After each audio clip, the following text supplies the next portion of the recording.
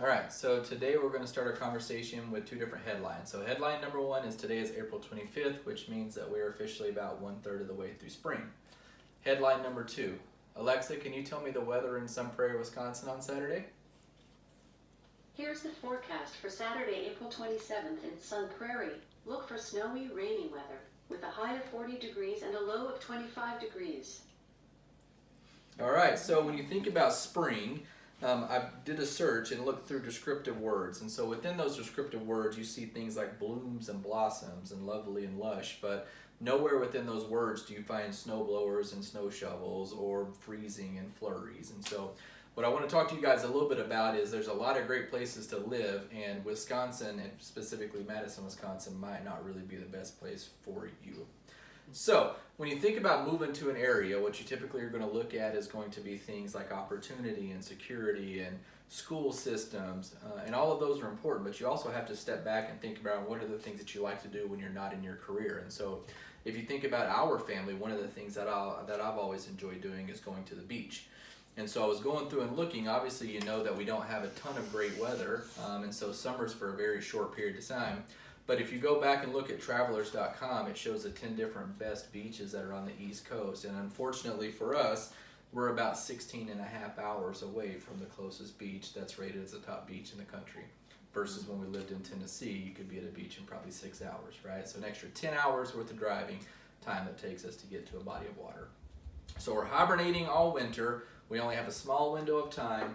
Whenever sun finally does break, it's going to take us forever and a day in order to get to the ocean.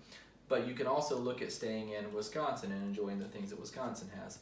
So Minnesota is known as the land of 10,000 lakes. What a lot of people don't know is that Wisconsin actually has 15,000 lakes. So Wisconsin has more lakes than what Minnesota does.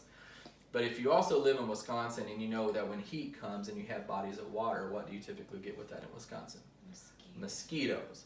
And so mosquitoes in Wisconsin, there's actually 60 different types of mosquitoes that are in the Wisconsin area. And so whenever you go outside for extended periods of time, like Stacy, whenever she does a photo shoot in the summer, she could be outside for a couple of hours, and by the time she comes home, she could have 10, 20, 30 different mosquito bites that she got just being outside. So you're cooped up all winter, you can't get to a beach, and then when you do finally get to go outside, you have mosquitoes that are trying to eat your face off, right?